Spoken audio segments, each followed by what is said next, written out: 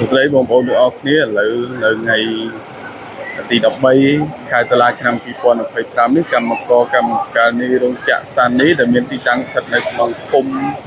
ព្រៃកគីស្រុកចន្ទ្រាខេត្តស្វាយរៀងនៅតែបន្តតវ៉ានិងបិទផ្លូវខាងមុខរោងចក្រដដែលការតវ៉ានេះគឺទាមទារឲ្យថៅកែរោងចក្រសានីបើកប្រាក់ខែឲ្យកម្មករឲ្យបានគ្រប់គ្រាន់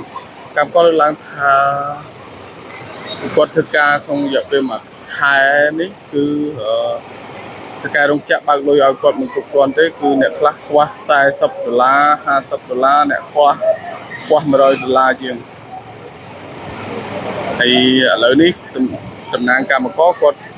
កំពុងតែចូលរួមដោះស្រាយជាមួយខាងមន្ត្រីពីក្រសួងការងារនិងមន្ត្រីការងារខេត្តស្វាយរៀងជាមួយនឹងតំណាងរោងចក្រនៅម៉ោង11ជាងហើយអត់ទាន់តំណាងកម្មករអត់ទាន់ចុះមកវិញនោះទេ